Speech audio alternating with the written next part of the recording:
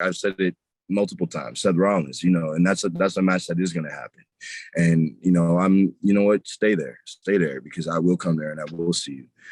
Don't worry about coming down here. Like, this is my place. You know what I mean? I'll handle it down here. And then, but I'm coming up to you, he's going to see me.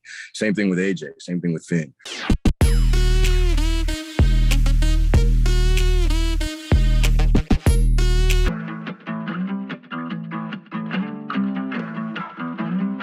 All right, here we are with a man who's going to be in the big attraction this weekend in the pro wrestling world, the sports entertainment landscape, the man who is certainly the center of attention and a lot of conversation around him and his wrestling future. From WWE NXT, Carmelo Hayes, you are in action with Deadline, streaming on Peacock this weekend, of course, coming up on Saturday night. How do you feel going into this big Iron Survivor Challenge match?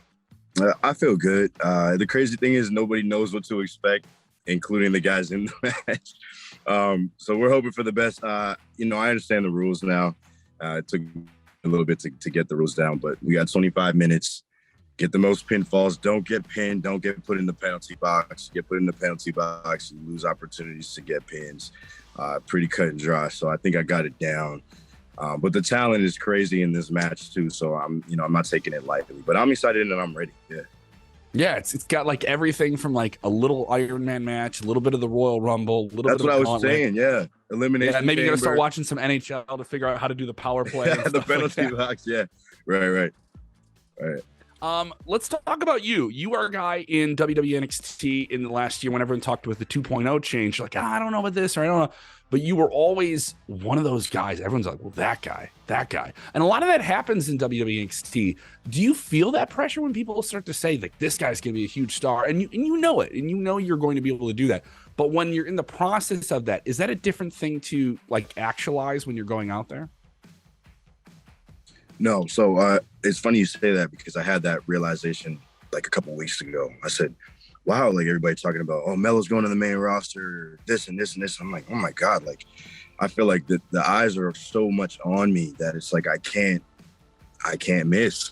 But I don't feel that pressure because it's just like what I do. At this point, it's regular to me now. So it's like I'm just doing what I've been doing in a way. So it's like I'm not changing it I'm not changing my formula. I'm just going out and just doing the best that I can possibly do. So I don't really put any extra pressure on myself.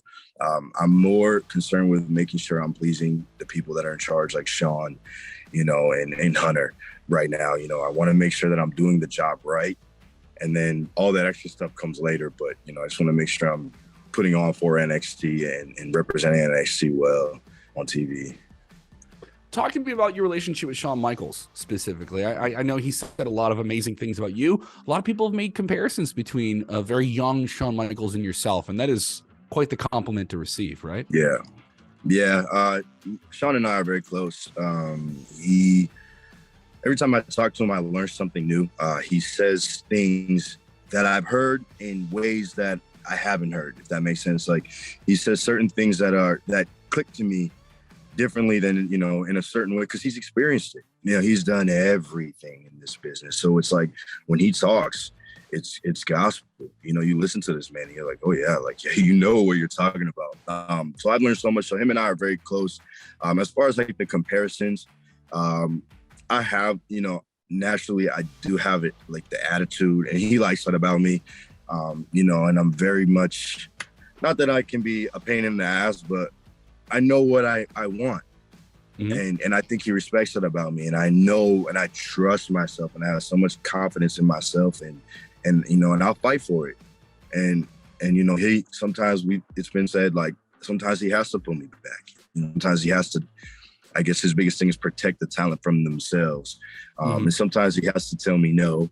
And sometimes he has to tell me, slow down type of thing. But I think that overall is what he, sees me, himself in me at the end of the day, where he was that passionate as a young guy too. You just threw me off track. I had an idea what I wanted to ask, but then you brought up something. I have to ask it. And that's very much a Shawn Michaels thing, where people said, like, he was a guy that he was so passionate, he would always push for things. What's a scenario where you felt you had to do that? Where you had to say, like, put your big shoes down with your designer boots on and say something about it? My biggest thing is I want to be true to people, how people that look like me talk, how people that look like me dress. You know what I mean? Like, that was very much something that I'm passionate about, just being pretty much myself and doing something so outside the box of pro wrestling. That was my biggest thing, is I didn't want to do pro wrestling. Like, and I think that my vision was a lot of times bigger than what a lot of people saw, until I had to explain it, where it was like, I want to do something that if you don't watch pro wrestling and you tune in, you're like, oh, wait, who are these guys? These guys are freaking cool. Like, these guys look like me. These guys talk like me. These guys act like me. There's things like that. Because there's a lot of times where I want to say certain things, which can be a little edgy, you know what I mean? And it can be a little bit on the cusp of, like, is this okay for TV? But never disrespectful or never cruel or anything, but just kind of like a little bit of bite to it. And Shawn, sometimes he doesn't know. You got to remember, he's, in his 50s, and, and I'm a young guy and I'm around this, you know what I mean? So it's like, hey, when I want to say stunt on these hoes and he doesn't understand what stunt on these hoes means, or rest in piss, or there's been a lot of that. There's been a lot of that where it's like, what does that mean? Is that murder? But how do I handle this computer? How do I do the email? Tell me how the email. No, but he refuses to believe that he was cool. I said, Shawn, you were the coolest dude ever. So that's why him and I, we relate on a lot of those things. Like, just let me be edgy. I know you don't get it, but people will. I promise. Iron Survivor Challenge. Obviously, if you are successful in this match, you ascend to a level in NXT that people have been expecting from you for some time. And that would be a title opportunity against the NXT champion, whoever that may be in the future. Currently, it is Braun Breaker while we're taping this. People have aspired for that for you for a long time. And obviously, if you're in NXT, if you're in WWE in general, you're not there to not be a champion. Right. Yeah. I had just mentioned that earlier in the day that, I've claimed that I'm a champion for a year and a half. I feel like it's poetic justice for me to get that title and truly prove that I am the A champion of NXT. I've carried myself like that anyway. It didn't matter what title I had. But I do think that it's only right that I do that. And I want it to be against Braun. So, like, I'm rooting for Braun to retain. I just feel like this whole 1A, 1B conversation needs to be put to rest wherever, whenever. And that NXT championship is in my destiny, for real. It is. Mm-hmm. And you're rooting for Braun. If you have the opportunity, you prefer to take it. I want to beat Braun. I want to beat Braun Breaker. I love Apollo. Good luck, Apollo. But I want to beat Braun Breaker. All right. Declarative words here.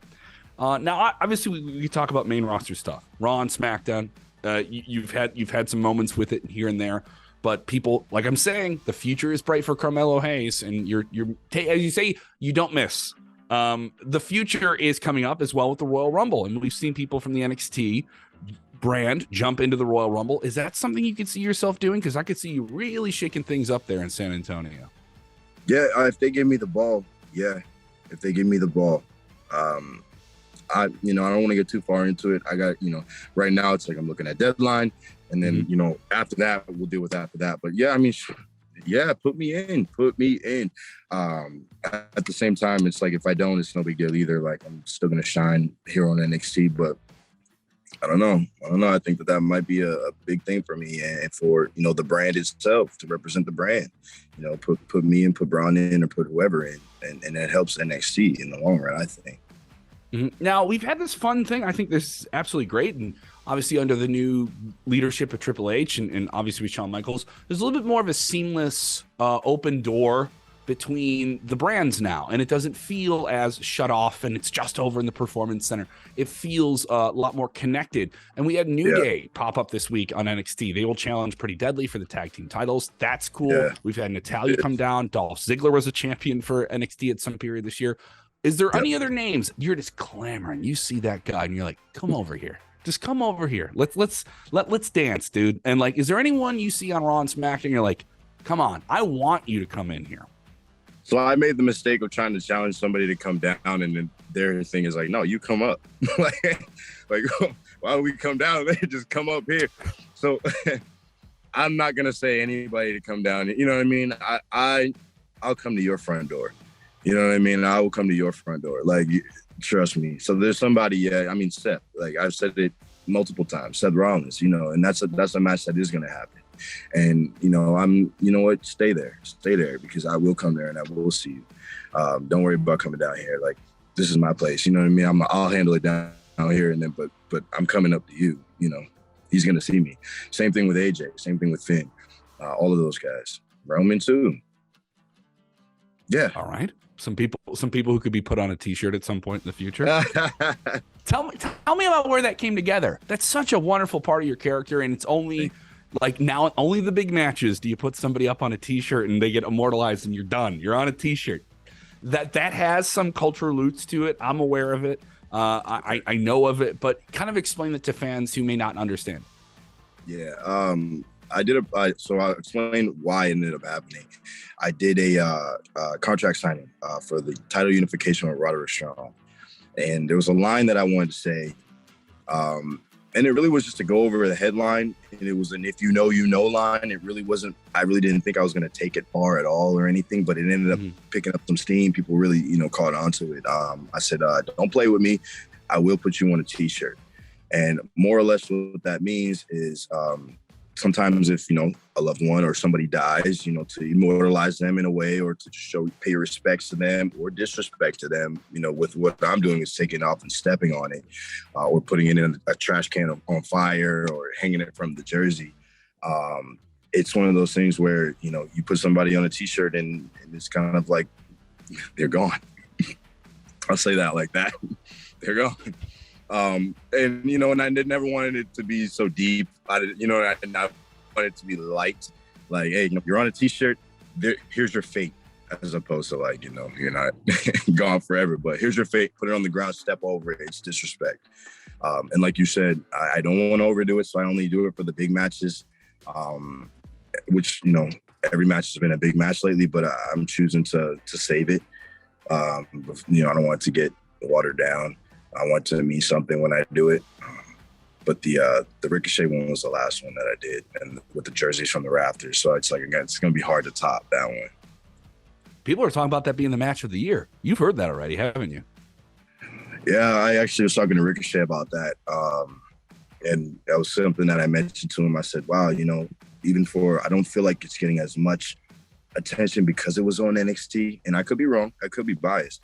But I do feel like, you know, the fact that it is saying a lot as well. The fact that we did do something so special on a developmental brand that, you know, gets half of what a Raw or SmackDown gets in viewership says a lot. So, you know, that's really special to me. And Ricochet was an amazing opponent, and I've respected him. Future main eventer. He feels it. You feel it. Get in the comments below. Let us know what you think. Carmelo Hayes in action for WWE NXT Deadline, streaming on Peacock this Saturday night. Get it around the world on WWE Network as well. Carmelo, if they want to follow you on the socials, none of them fake socials, the real deal, they got to go to the source. Where do they go? Carmelo_WWE on Instagram and on Twitter. There you go. Thank you so much for the time, Carmelo. Good luck to you this weekend, and good luck to you in the future as well. Appreciate it, man. Kevin, thank you, man.